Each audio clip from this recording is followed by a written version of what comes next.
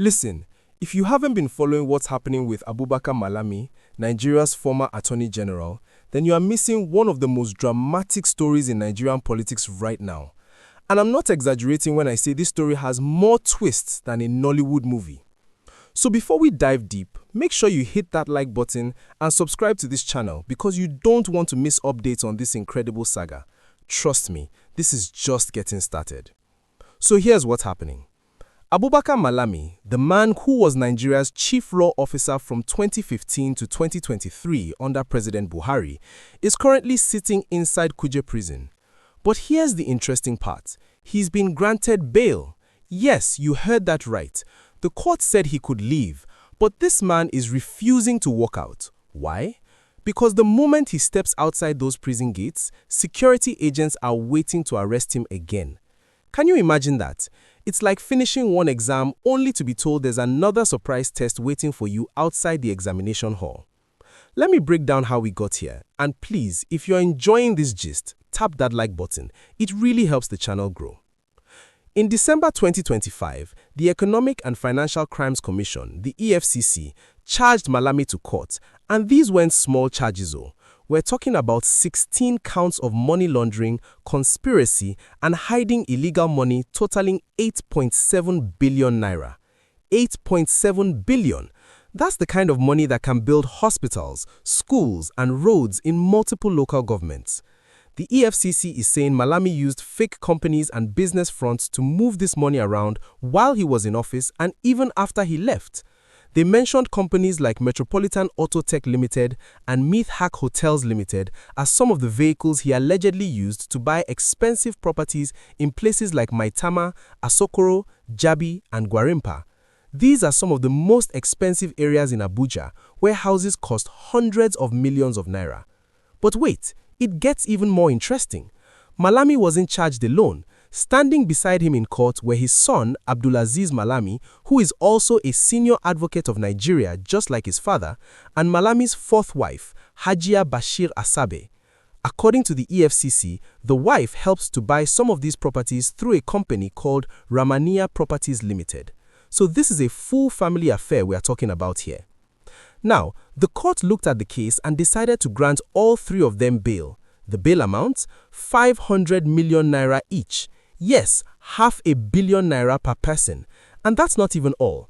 They had to provide people who owned property in expensive parts of Abuja to stand as guarantors for them. These are serious bail conditions designed to make sure they don't run away. But here's where the story takes a dramatic turn that sounds like something from a thriller movie. If you're still watching, please hit that subscribe button and turn on the notification bell. You'll thank me later. Despite getting bail, Malami has been delaying, stalling, and refusing to complete his bail conditions. Sources say he's deliberately staying inside Kuje Prison because of what's waiting for him outside. And what's waiting outside? The Department of State Services, the DSS. Reports say the DSS deployed more than 50 operatives to Kuje Prison. 50 operatives. They came with 6 Toyota Hilux vans and surrounded the prison, watching every gate, every exit, every movement. They went there for a friendly visit. They were there to arrest Malami the second he stepped out on bail. Can you imagine that? It's like finishing one exam only to be told there's another surprise test waiting for you outside the examination hall. Let me say something about the DSS. It's one of the most powerful security agencies in Nigeria. They are responsible for national security, intelligence, and protecting high-ranking officials. So when the DSS shows up outside, they are usually not there for play. This action shows you how serious the DSS is taking Malami and the allegations they have against him. Now, you're probably wondering, why would the DSS want to arrest him when the EFCC already has him in court? Well, this is where the story gets deeper and more complicated. The DSS reportedly wants Malami for completely different allegations. We're talking terrorism financing and investigations into missing Abacha loot. That's the money recovered from the late dictator Sani Abacha that was returned to Nigeria from Switzerland and the island of Jersey. A retired army general, Danjuma Ali Kefi, who led a counter-terrorism operation, revealed that investigations showed links between some terrorism financiers and high-profile people, including Malami. Some reports even claim that arms and ammunition were found during searches, though the exact details haven't been made fully public. So essentially, Malami is stuck between two major cases. On one side, the EFCC is prosecuting him for money laundering and fraud. On the other, the DSS is waiting to grab him for terrorism-related investigations. It's like being caught between a rock and a hard place, except both the rock and the hard place are Nigerian security agencies with serious charges. And if you think that's the end of the drama, wait until you hear what happened to his son. Please, before I continue, if you haven't liked this video, do it now. Seriously, it takes 1 second and it really helps. Last Friday, January 17th, something incredible happened. Court officials showed up at Kuje Prison with documents to release Abdulaziz Malami, the son, on bail. Everything was processed, everything was ready. But according to sources inside the prison, the father, Abubakar Malami, told them to quietly sneak his son out without drawing attention. He didn't want the usual procedure where people would see them leaving. He wanted it done quietly, almost secretly. But here's the problem. The DSS had been watching every single vehicle leaving that prison. They had profiled every car, every movement. So the moment Abdulaziz left the prison compound, DSS operatives intercepted the vehicle and arrested him again, just like that. Freed 1 minute, arrested the next. Can you imagine how that must have felt? You're celebrating that you are finally going home, and before you can even take a breath of fresh air, you're back in custody. It's the kind of thing that makes you wonder what's really going on behind the scenes. And there's more. A senior correctional officer, an assistant controller general of corrections, reportedly raided both Malami's cell and his son's accommodation inside the prison. We don't know exactly what they were looking for or what they found, but the fact that this happened shows how serious and how deep this matter has become. Now, let me tell you about the properties involved, because this number will shock you. The Federal High Court has ordered the temporary forfeiture of 57 assets linked to Malami and his sons, 57 properties, and the total value, 213 billion naira. Let me write that out so you can see it properly. 213 billion naira. That's more money than the annual budget of some Nigerian states. The court said Malami or anyone connected to these assets has 14 days to prove they got the money legally. If they can't prove it, the federal government will permanently seize everything. Think about what that kind of money could do for Nigeria.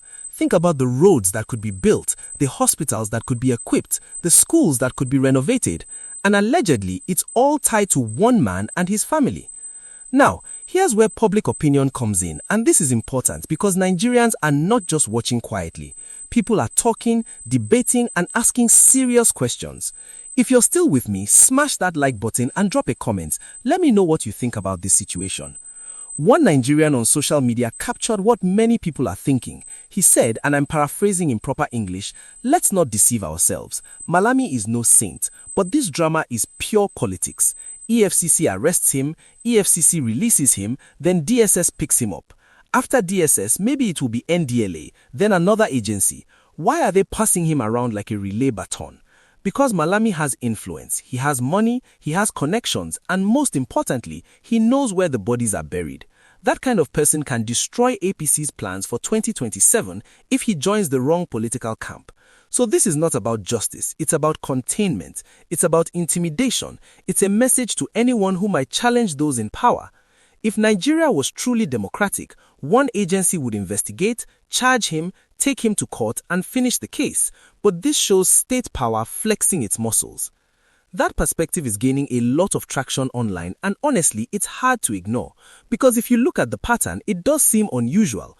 Why multiple agencies taking turns? Why the dramatic siege at the prison? Why not just coordinate between agencies and handle everything in one comprehensive case? Critics say the goal here is not to convict Malami in court. The goal is to keep him contained, keep him distracted, drain his resources with legal fees, and make sure he can't become politically active as Nigeria heads towards the 2027 elections. After all, Malami was Attorney General for 8 years. He knows government secrets. He knows where questionable things happened. He knows who did what.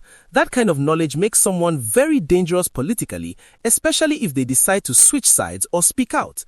So which perspective is correct? Honestly, the truth is probably somewhere in the middle. It's possible that Malami is genuinely guilty of corruption and that the process is being used for political purposes. Both things can be true at the same time in Nigerian politics. Here's what I want you to think about, and please drop your thoughts in the comment section because I really want to hear from you. First, do you think this is real accountability, or do you think there's a political game being played? Second, if multiple agencies legitimately have cases against Malami, shouldn't they work together instead of taking turns to arrest him? Third, how can we tell the difference between fighting corruption and using law enforcement as a political weapon? And finally, what message does this send to other government officials? Does it make them more careful, or does it just teach them to be more loyal to whoever is in power? This case is going to define how we understand justice and politics in Nigeria going forward. Whether you support Malami or not, whether you think he's guilty or not, we all need to pay attention to how this process unfolds because it affects how our country operates. If you found this breakdown helpful and interesting, make sure you like this video, share it with your